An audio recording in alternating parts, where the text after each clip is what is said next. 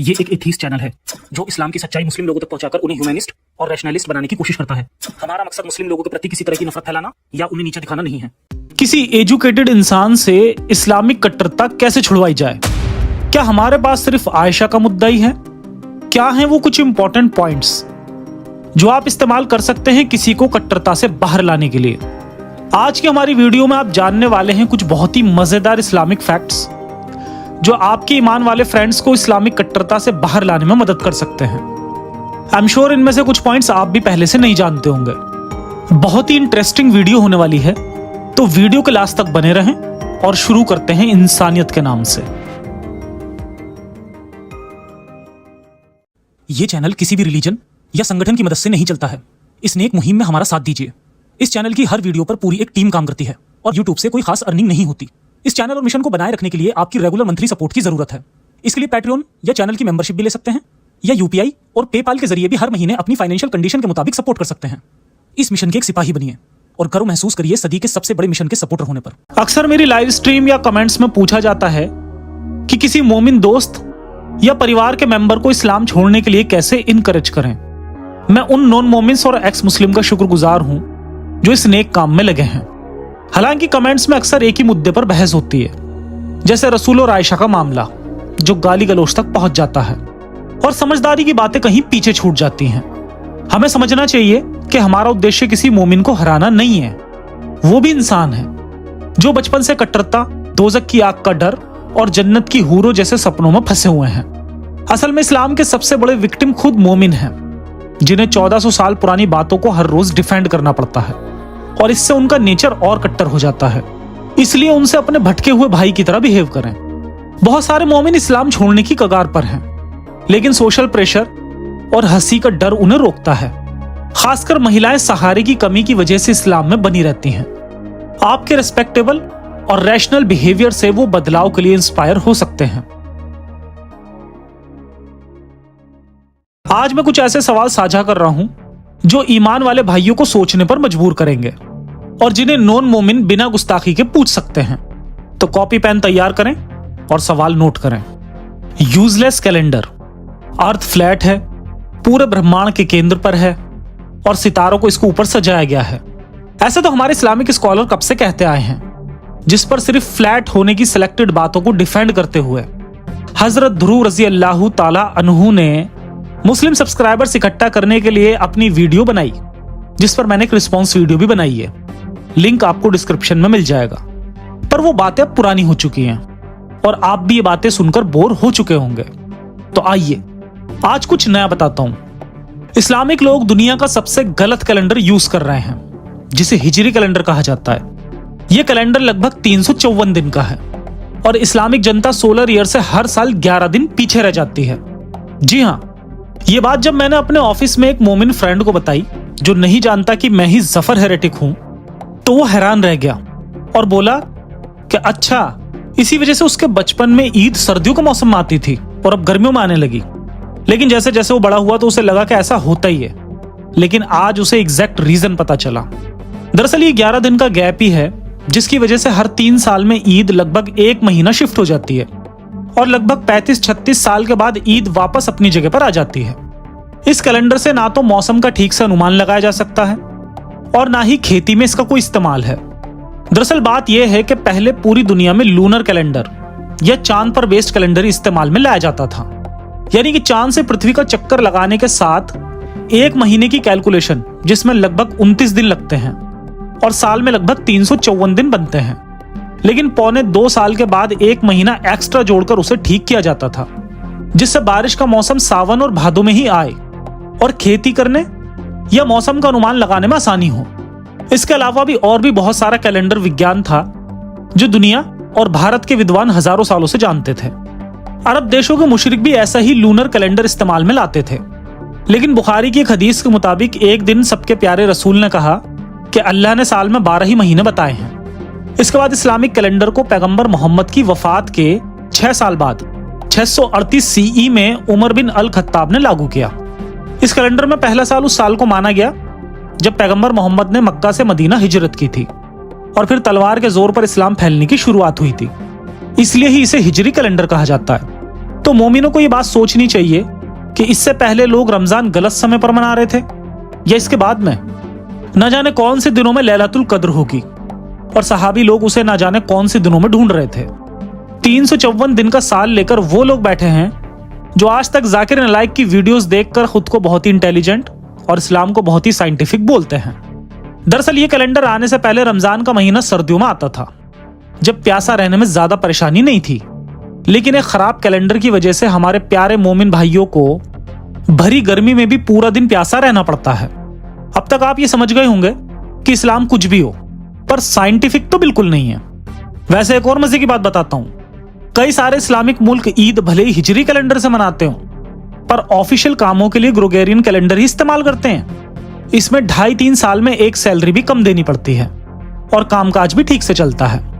अब अगर पैसे की बचत ना हो रही होती तो पक्की बात है कि इस पर भी ब्लास्फेमी के फतवे निकल चुके होते। तो कहने का मतलब है कि आपके पास पॉइंट से रिलेटेड कई बहुत सारे बेहतरीन सवाल हो सकते हैं, जैसे अगर इस्लाम ही सच्चा दीन था तो अल्लाह ने इसका परफेक्ट कैलेंडर नबी मोहम्मद को क्यों नहीं बताया? और फिर वो तो अल्लाह है, दुनिया के मुताबिक कैलेंडर ही नहीं बल्कि कैलेंडर के मुताबिक दुनिया को भी बदल सकता था।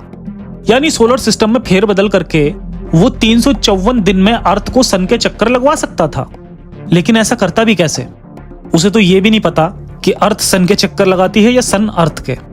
वो तो 1400 साल पुरानी अपनी आयतों में यही बोलता रहा कि चांद और सूरज चलते जा रहे हैं। सूरज उसके तख्त के नीचे रुककर बस परमिशन लेता है और फिर चल पड़ता है, क्योंकि अर्थ पर खड़े इंसान को यही लगता है कि ये दोनों चले जा रहे हैं। एक जगह भी जमीन के घूमने या गोल होने या सूरज के चक्कर लगाने की कोई बात कुरान की किसी आयत में नहीं मिलेगी।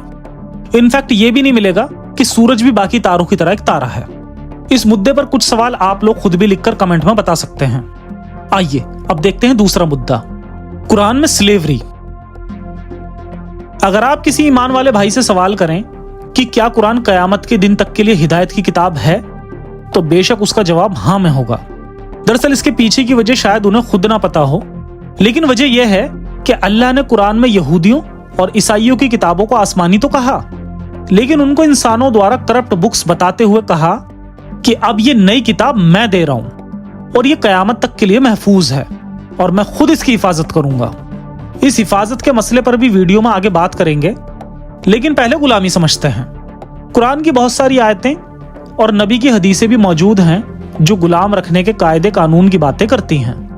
कुरान एक आयत में लूटे गए नॉन मुस्लिम काफिलों के माल, जिसमें औरतों को भी माल ही समझा जाता था, इसको हलाल बताया गया है। जिसे पूरा कॉन्टेक्स्ट चाहिए हो वो मेरी सीरीज द मोहम्मद जरूर देखें। और गुलामी पर मुफ्ती तारिक मसूद साहब की जलेबियां और उनको दिए गए जवाब पर भी मेरी ये वीडियो जरूर देखें। अब पॉइंट ये है कि आखिर गुलाम लौंडिया रखने और उनके साथ सेक्स करने की इजाजत कैसे दी गई है। अक्सर इस्लामिक स्कॉलर्स इन बातों पर जलेबी बनाते मिलते हैं कि ये सब तो उस वक्त की बातें थीं, लेकिन अगर उनकी ये बात मान ली जाए तो फिर पूरा कुरान तो कयामत तक के लिए नहीं रहा। फिर भी कोई जलेबी बनाए कि इस्लामिक शासन में ये सब जायज है और हमारे देश में तो लोकतंत्र है, तो उसे बस इतना बताएं कि अल अहकाम अल सुल्तानिया और ऐसे बहुत सारे इस्लामिक रेफरेंसेस में दारुल हर्ब और दारुल इस्लाम का जिक्र मिलता है, जिसे the great scholar doctor Bhimrao Ambedkar ji ने भी अपनी book thoughts on linguistic state में डिस्कस किया है। तो जिस दिन दारुल हर्ब यानी जहां इस्लाम नाफिज करने के लिए लड़ाई चल रही है, दारुल इस्लाम यानी जहां इस्लाम का शासन है, इसमें बदल जाता है, तो क्या उस दिन गुलाम लौंडिया रखना जायज हो जाएगा? एक सवाल यह भी है कि अगर मालिक आदमी को औरत गुलाम से हमबिस्तरी जायज है, तो मालिक औरत को गुलाम आदमी से क्यों नहीं? अक्सर गुलाम औरतों की जिस्मी ख्वाहिशात की जरूरत ही क्यों पूरी की जाती है, गुलाम आदमियों की क्यों नहीं? इस्लाम तो खुद को दीन फितरत कहता है ना। यह भी कहता है कि आदमी में औरत से ज्यादा ख्वाहिश होती है। मर्द को 4 बीवियां भी इसीलिए अलाउड हैं क्योंकि उसकी ख्वाहिश ज्यादा है। फिर गुलाम के मामले में औरत की ख्वाहिश पूरी करने क्यों भागते थे, आदमी गुलाम की क्यों नहीं? ये दोगलेपन के अलावा कुछ नहीं। अब अगर गुलामी पुराने जमाने की बात है तो कुरान कयामत तक के लिए नहीं हो सकता, और अगर इस्लामिक दौर में गुलामी फिर आएगी तो इस्लाम बेहतर मजहब कैसे हुआ? दोनों ही सूरतों में इस्लाम गलत साबित होता है। अब अगर कोई ईमान वाला गुलामों के बराबरी के हक की बात करे तो उनसे लगे हाथ ये भी पूछ लें कि अगर उनकी फैमिली की औरतों को भी गैर मुस्लिम द्वारा इसी तरह का गुलाम बनाया जाए तो उन्हें परेशानी होगी या नहीं? देखते हैं अगला मुद्दा, कुरान की गाइडेंस, मारिया किप्तिया और ज़ैनब। ईमान वाले भाइयों का मानना है कि कुरान पूरी दुनिया के लिए एक हिदायत की किताब है, मगर एक बात बड़ी परेशान करने वाली है। अगर कुरान एक हिदायत की किताब है तो इसमें नबी मोहम्मद की पर्सनल प्रॉब्लम्स के सॉल्यूशन क्यों मौजूद हैं? अल्लाह ने कभी अपने रसूल पर औरतों की तंगी नहीं होने दी। एक आयत में उन्हें स्पेशली बहुत सारी औरतें हलाल करार की गईं। यहां तक कि कोई ईमान वाली औरत चाहे तो अपने आप को गिफ्ट भी कर सकती थी, जो बात आयशा को भी हजम नहीं हुई। और आयशा ने भी कहा कि मेरे लिए अजीब बात है कि औरतें अपने आप को नबी को गिफ्ट कर दें, और मुझे ताज्जुब है कि आपके खुदा को आपकी पर्सनल ख्वाहिशें पूरी करने की बड़ी जल्दी रहती है। खैर, कुरान में नबी की पर्सनल प्रॉब्लम्स अल्लाह ने कई बार सॉल्व की, जिनमें से एक किस्सा आता है मारिया किप्तिया का।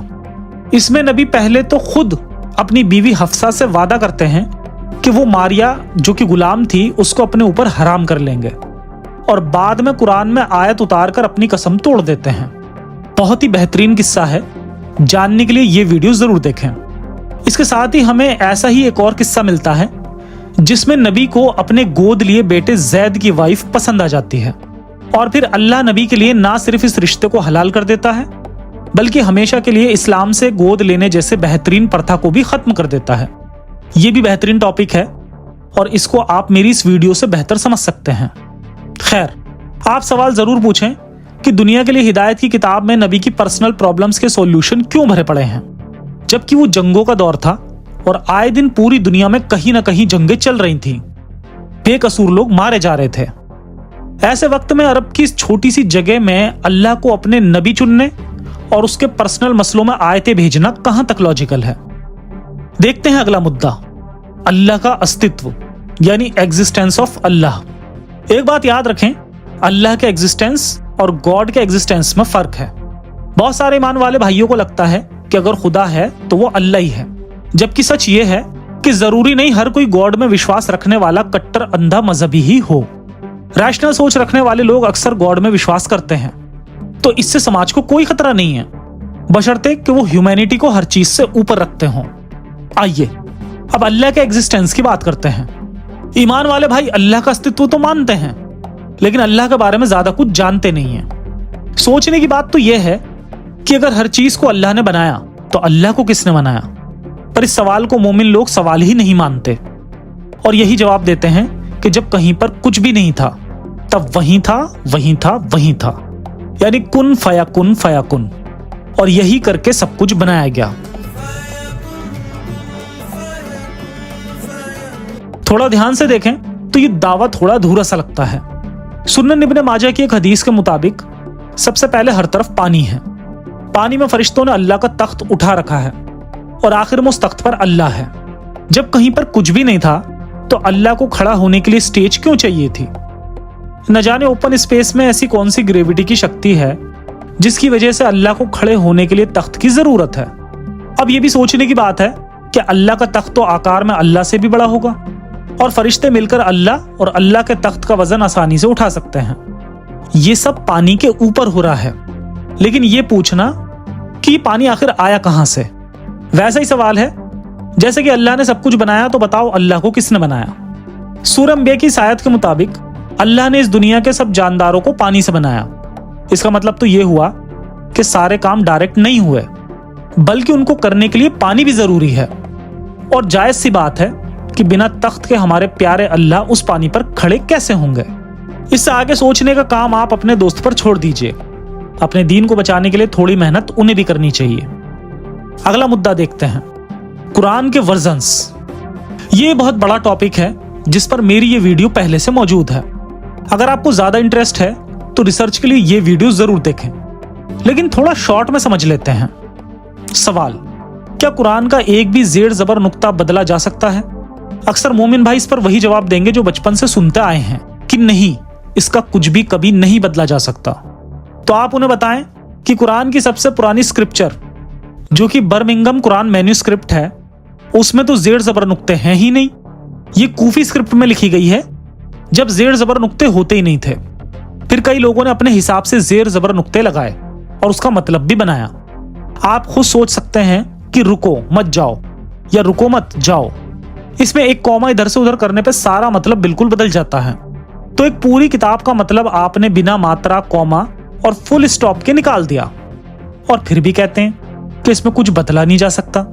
इसके अलावा यह पाया गया कि इन पन्नों पर पुराना कुछ लिखा था जिसे मिटाकर उसके ही ऊपर कुछ लिख दिया गया है। दरअसल कुरान की कई सारी मैन्युस्क्रिप्ट्स पाई गई हैं, लेकिन किसी में भी मुकम्मल कुरान नहीं है। नबी के टाइम से कुरान में डिफरेंसेस पाए जा रहे हैं और तब से ही इसको ठीक करने और एक करने की कोशिश भी चल रही है, जिसमें पहली कोशिश उस्मान ने की थी, जिसने अपने वर्जन्स के अलावा बाकी सारे वर्जन जला दिए थे। इसी तरह की आखिरी कोशिश 1924 में की गई थी, जब इजिप्ट में किंग फुआद ने एक कमीशन बनाई और फाइनल कुरान 1924 में लागू किया और कुरान के सब पुराने वर्जन्स नील नदी में बहा दिए। दुनिया के सब इस्लामिक देशों ने यह काम नहीं किया, इसलिए कई इस्लामिक देशों में आपको बड़ी आसानी से ये सारे वर्जन्स मिल जाएंगे। शायद आपने इन वर्जन्स के नाम सुने हो, हफ्स का, सना का, सुशी का।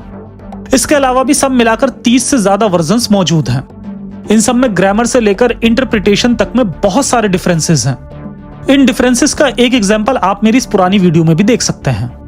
खैर, आप canonization of Quran Google search करके इसकी सारी जानकारी ले सकते हैं। बाकी जैसा कि मैंने पहले ही बोला है कि इस पूरे सब्जेक्ट को डिटेल में जानने के लिए आप मेरी ये पुरानी वीडियो जरूर देखें। इसमें कुरान के प्रिजर्वेशन की पूरी पोल खोली गई है। अब सवाल बनता है कि अगर ये कुरान की सच्ची कॉपी है तो इसका मतलब उससे पहले के लोग गलत कुरान पढ़ रहे थे या अब गलत पढ़ रहे हैं। सवाल गहरा है पर पूछा जा सकता है। अगला मुद्दा देखते हैं, इस्लाम में फ्री विल। वैसे तो हमारे प्यारे रसूल ने सुन्नन नबी दाऊद में खुद बताया है कि अल्लाह ने सबसे पहले एक कलम यानी कि एक पेन को बनाया और पेन ने पूछा कि क्या लिखूं, तो अल्लाह ने उसे कयामत के दिन तक का सब लिख देने के लिए कहा। आखिरत के दिन तक सब कुछ लिखा जा चुका है। फिर भी आप अपने दोस्त से पूछ सकते हैं क्या इस्लाम में फ्री विल है? इस पर ईमान वाले भाई बिना सोचे समझे कूल बनते हुए जरूर बोलेंगे कि हाँ, इसमें फ्री विल है। इस बात पर आप उन्हें बता सकते हैं कि उसके बाद वो कलम हमेशा हमेशा के लिए सूख गई, तो तुम्हारे पैदा होने से पहले जो लिख दिया गया है कि तुम्हारे सामने कैसे हालात आएंगे और तुम उसमें क्या करोगे, तो बताओ फिर आपकी फ्री विल कहां गई? कहां गए वो लोग जो कहते हैं कि जिंदगी तो एक इम्तिहान की जगह है, जब पेपर देने से पहले ही लिख दिया गया है कि किसको पास करना है और किसको फेल? तो ये कैसा एग्जाम हुआ भाई? अगला मुद्दा देखते हैं, आखिरत का दिन। एक मुस्लिम को केवल अल्लाह और उसके रसूल पर ही नहीं बल्कि आखिरत के दिन पर भी यकीन रखना होगा। तो अब बात करते हैं आखिरत के दिन की। एक मोमिन को मानना पड़ेगा कि एक दिन कब्र में पड़े ये सभी लोग उठेंगे और उस दिन सबका हिसाब किताब किया जाएगा। इस पर सीधा सा सवाल बनता है कि कयामत का दिन कब आएगा? इस बात पर अक्सर मोमिन जवाब देंगे कि कयामत की निशानियां पूरी हो जाएंगी तब। कयामत की निशानियां ये तो एक्स्ट्रा फीचर्स थे, लेकिन सही मुस्लिम की इस हदीस के मुताबिक रसूल अल्लाह ने एक बच्चे को देखकर यहां तक कहा कि ये बड़ा होकर मरेगा भी नहीं और कयामत का दिन आ जाएगा। अगर कयामत का दिन ज्यादा दूर होता तो शायद उनके सहाबा कयामत की बात को इतना सीरियसली नहीं लेते। 1400 साल हो गए, वो बच्चा बड़ा होकर मर भी गया और आज तक उसकी टूटी फूटी हड्डियां भी कहीं कयामत के दिन का इंतजार कर रही होंगी। इस हिसाब से अल्लाह के रसूल की बात तो सरासर गलत साबित हो जाती है। दरअसल इस हदीस पर मुझे एक ईमान वाले भाई ने ईमेल करके कहा था कि उन लोगों ने नबी से अपने आखिरी वक्त के बारे में पूछा था ना कि दुनिया के। अब इनसे कोई पूछे कि कुछ बुजुर्ग लोग अपना आखिरी वक्त पूछने आएंगे तो भला एक छोटे बच्चे से उनकी जिंदगी कंपेयर करना कहाँ का लॉजिक है? ये तो कोई छोटा बच्चा भी बता सकता है कि बुजुर्ग लोग पहले मर जाएंगे और जो बच्चा अभी छोटा है वो बड़ा होकर बाद में मरेगा। तो क्या नबी करीम इस तरह से बच्चों वाली प्रेडिक्शन करते थे? ये बिल्कुल बेतुकी जलेबी है। हदीस से साफ पता चलता है कि ये लोग दुनिया के आखिरी वक्त की ही बात कर रहे थे, जिस पर नबी ने छोटे बच्चे की ओर इशारा करके दुनिया के ही आखिरी वक्त की प्रेडिक्शन की है। इतनी बात मैं समझ सकता हूं कि 7वीं सदी के अंधविश्वासी जाहिल लोग ये बात मान सकते थे कि कयामत का दिन आएगा जिस दिन सबको ऊपर उठाया जाएगा। लेकिन दुख तब होता है जब मैं देखता हूं कि आजकल के पढ़े लिखे डॉक्टर्स भी इस बात पर विश्वास करते हैं कि गड़े मुर्दे एक दिन उठेंगे। अगला मुद्दा देखते हैं, मोहम्मद की वफात। किसी के सामने ये सवाल सिर्फ तब रखें जब आपका दोस्त इस्लाम से बाहर आने की राह पर हो और इसकी गलतियां मानने लग गया हो। पैगंबर मोहम्मद ने सूरा 69 में फरमाया है, कुरान की एक सूरा में कहा गया है कि अगर पैगंबर मोहम्मद कुरान में कोई झूठी आयत बनाए तो अल्लाह उसकी नस काट देंगे। और अगर आपका अल्लाह में विश्वास है तो हाँ, अल्लाह ने वैसा ही किया। बुखारी के हदीस के मुताबिक पैगंबर मोहम्मद को खैबर की जंग के बाद किसी ने धोखे से जहर दे दिया, जिसमें उनकी वफात हुई। और ये बात हम नहीं कह रहे, बल्कि रसूल ने खुद कही थी कि खैबर में खाए उस जहर के बाद मेरे गले की नस कट रही है। और अधिक जानने के लिए आप हमारी ये वीडियो जरूर देखें। आपके किसी भी ईमान वाले दोस्त में अगर थोड़ा सा भी लॉजिक है तो उसे कोई ना कोई पॉइंट जरूर हिट करना चाहिए।